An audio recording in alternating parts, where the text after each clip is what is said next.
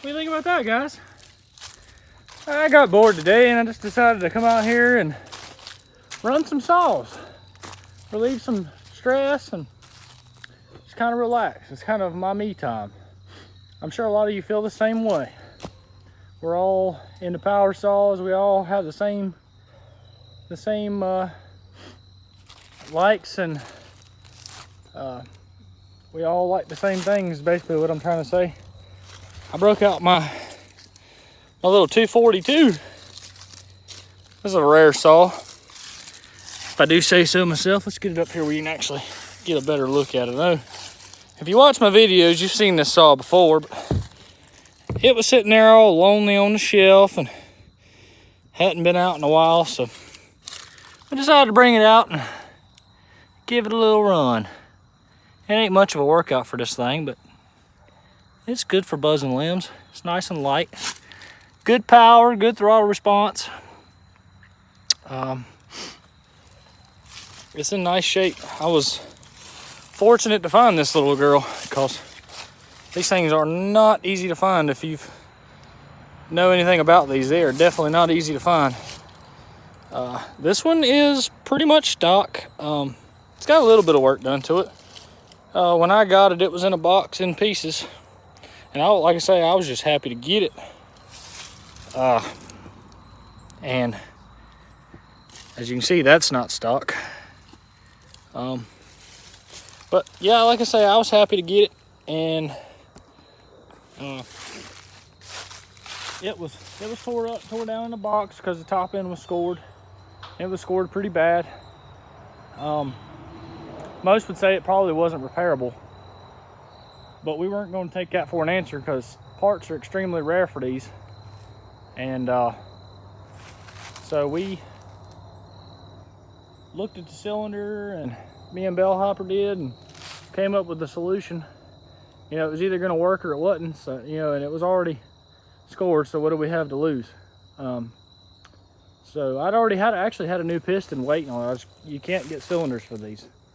But there was some transfer in the cylinder, aluminum transfer in the cylinder, and we were afraid of it messing up the new piston and rings. So he wanted to see if we could get the old piston ring broke loose, and we ended up actually getting it broke loose.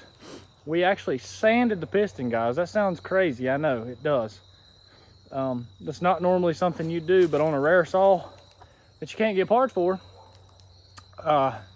you gotta do what you gotta do. I'm not gonna lie, you gotta do what you gotta do. If you want that thing to run, you gotta do it. So that's what we did. We actually physically sanded the piston. I think Bellhopper took it over to his belt sander. We lightly sanded it, smoothed it over. After we got the ring out, we sanded the ring just a small bit, you know, nothing crazy. The base gasket was torn, and you can't find base gaskets for these. Well, normally we would run a base gasket, maybe deck the cylinder or something like that, but like I say, you just can't get them. I looked everywhere. There's companies are starting to make more aftermarket parts nowadays, you know, like 2100 pistons and stuff like that. There's actually companies starting to make some of these rare parts, which is great. You got people 3D printing some plastic parts for McCulloughs and different rare saws. So that's all fine and dandy, but you still can't get cylinders for these. I believe there actually is one company that was on eBay that had sold some cylinders for these particular saws, but they were kind of like a generic cylinder. They were meant to fit the 42, the 246, and the 242, but I don't think they had the same port design as the 242 did. And that's what made this saw here so sought after, because it was the pro saw of the day, and it built quite a legacy. It's just a rare saw. I guess back in the day, smaller saws weren't as popular, so that's why they I guess they didn't sell quite as many of these as they did some other ones. But anyway, get back cut to the chase here. We did the base gasket delete since my base gasket was tore, and like I said, we sanded the piston rings, and we were just planning on putting it back together temporary. You know, maybe run it 30 minutes or so if it would run, or 15 minutes. Just long enough to kind of let the old piston and ring scrape the transfer out of the cylinder. Because it really wasn't, you know, gouged per se. It was just aluminum transfer that just would not come off. And it just needed some heat and wear, and just to wear in. Well, we put it back together. I did the base gasket delete. I put a compression gauge on it, guys. And I am not kidding when I say this. This little saw pulled 200 pounds of compression on the gauge with that piston and that ring and the cylinder, the way we did it, everything the way it was. 200 pounds of compression, which is outrageous.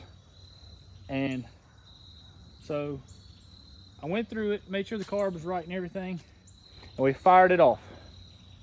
And I was so happy. I'm not gonna lie, I was incredibly happy to have this thing running, because this was a saw that I had on my bucket list for a long time. And I searched and searched and searched for one of these for about four or 5 years, I'd say. And I had a couple leads on a couple of them. I'd had leads on one that somebody had done some modifying on. Somebody had made a custom full right for it, and it was supposed to be ported and all this other stuff. And I just kept getting led on, and well, I got tired of that. So like I say, I finally got lucky, and I worked out a deal for this one here. I actually ended up doing a trade to get this one. I traded a Husqvarna 257 for it, and I was glad to get rid of it. Even though this is a smaller saw, this is what I'd wanted, because I already had a 254, a 262, and all that, and I really didn't care about the 257. So we worked out that trade, and like I say, it worked out, and we got that thing fired up, and it ran strong. It was right on the money with throttle response. Just tweaked the carburetor a little bit, and it was right there, guys. And I was incredibly happy. I was stoked. And to this day, I still have the piston that I ordered for it. It's a Meteor piston with a cable ring. I still have that piston, and that same original piston and ring that we sanded is still in this saw today, and it's been over a year later, and it's still running. Granted, I don't run this saw every day, but anytime I get the chance to run a small saw, trimming limbs and small trees and whatnot, I grab this saw. I either grab this or one of my 346s. I have two new edition 346s, as you've seen. I got one that's stock, all original, and I've got one that's ported. The ported one I'm having a little bit of issues with right at the moment. So as soon as I get some time, I'm going to work on it and get it squared away, but we got a lot of projects going on. But yeah, I just wanted to kind of bring you along. It's a Sunday. I got bored. I didn't have anything else to do, so I figured I'd come out here and talk to you guys. So I know you can't, you can talk back to me in the comments. Some of you got my number, and some of you talked to me face to face, and some of you call me and whatnot, but it's still nice to see you guys in the comments, and I just want to let you know how much I appreciate each and every one of you. Another update, I don't know if any of you's noticed, but we just hit 300 subscribers, so I want to thank you all for that too. That's a big thing to me. We're growing, slowly growing. I think now we're up to 58 or 59 videos that I've uploaded. So we're definitely growing, guys, and I want to thank each and every one of you. This wouldn't be possible without you. And we got plans to do bigger things in the future. But yeah, I just figured I'd bring you along and show you what we got going on with this little thing.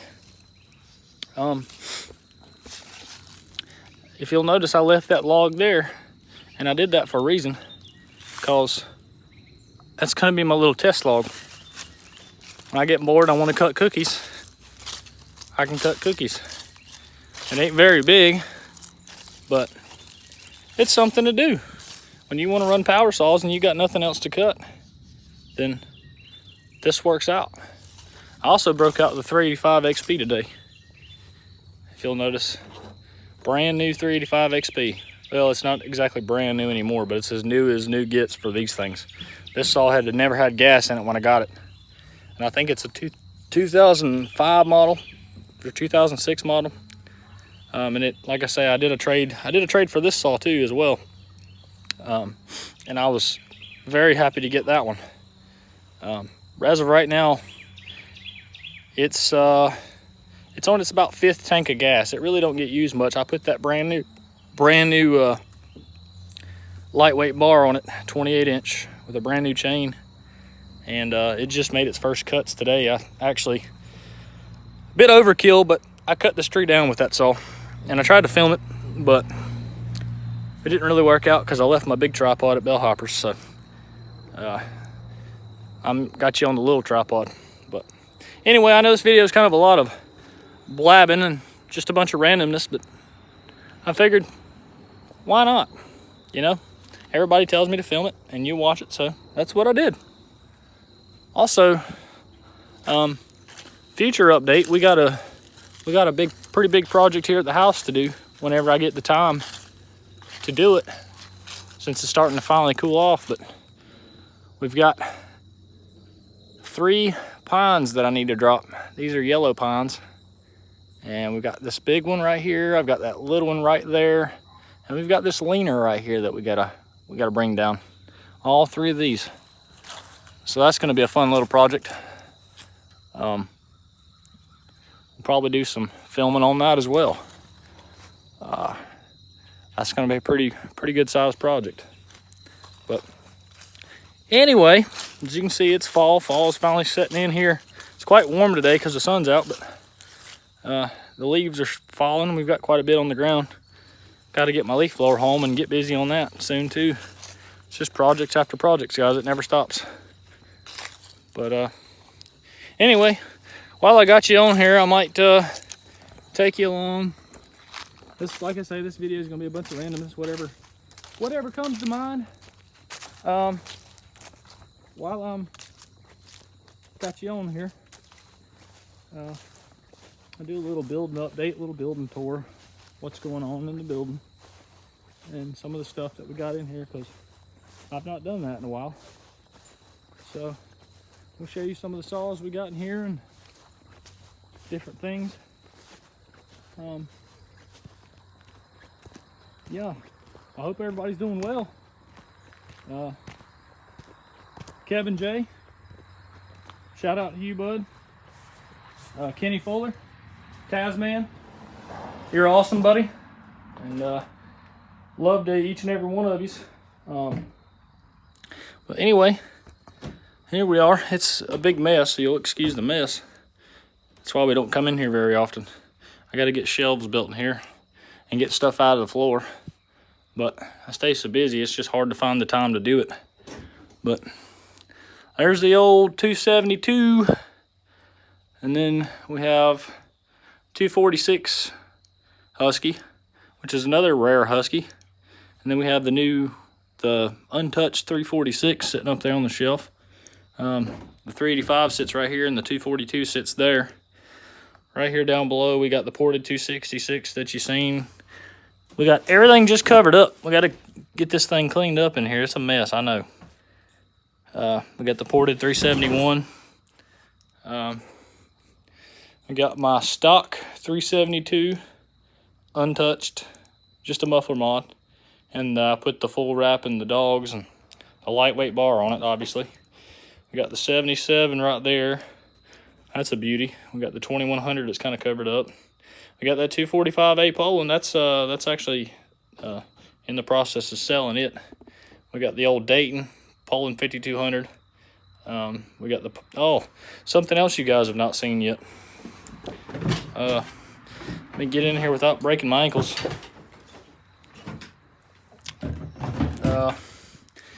Let's see here. Bet you've not seen that. Poland 4000 counter vibe. Check that out, guys. For professional use only. This was back when they actually built a saw for. So for the people that say that Poland built junk saws, this is a testament to the time right here. This saw right here will prove you wrong. It's in great shape, really great shape. I was fortunate enough to get that too. I'd been wanting a 4000 for a while, and I kind of ran across that. So we got that, and we got something else you've probably never seen before. We got the old Redmax G561 ABS. That's actually a really awesome saw. Redmax Zenoa. This was before Husqvarna bought out Redmax. So that's a Japanese saw, I guess you could say. Then we got the 3120, the beast. There's the hot rod 346, the 359, another Poland 5200, another Poland 5200. That's a Husky 1100 CD sitting right there, part saw. That'll actually run, but it's just going to end up being a part saw for the 2100. Hodgepodge 272 with a velocity stack. It's actually Probably just gonna end up using it for parts. Concrete saws. What else we got in here? More concrete saws. Another 246, a steel MS 170 that's scored, I believe. That's a Husky 65 sitting right there, part saw. 262 parts. I've got buckets of 262 parts.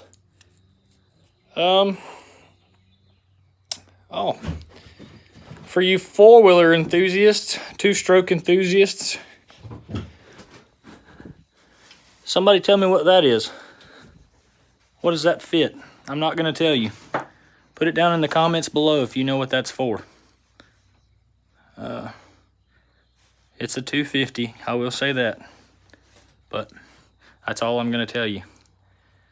So if you know what that's for, put it in the comments down below. You won't win anything, but I'm just testing to see who knows. Tim Tabasco, I gotta get you my Coleman. Gotta get that sent out to you, buddy, if you're watching this. Just things after things. I got this old lawn boy here I need to do something with. It runs, but it don't want to rev up for some reason. But I've just kind of been aggravated with that, so I haven't really messed with it in a while. But yeah, that's pretty much it, guys. That's the lineup right now. I have a few odds and ends, a few other saws that are not here, but that's pretty much what we got right now. We got projects. This was just sent to me. This was just sent, and these three right here were just sent to me. We got that Solo 650 that we got to do some port work on for somebody, and these were sent to me. This is a John's Red 2054 that needs a carburetor, and an 036 that's beat up pretty bad, but we're going to tear into it and see if it's worth fixing or not. If not, it'll be a part saw. I do know that the piston's slightly scored and there's some broken stuff on it. The recoil is completely wore out, so we got to dig into it a little further and just see what the dilemma is with it. But anyway, guys, like I say, I know this video was kind of a bunch of randomness, but kind of some updates and just kind of take you along with what I'm doing for the day. Show you some saws. I know y'all love seeing saws, so hope you enjoyed that. Like I say, I want to thank each and every one of you for being here, and thank you for getting me to 300 subscribers. I appreciate it. But anyway, guys, I'm gonna cut this off. So appreciate you watching. Over and out.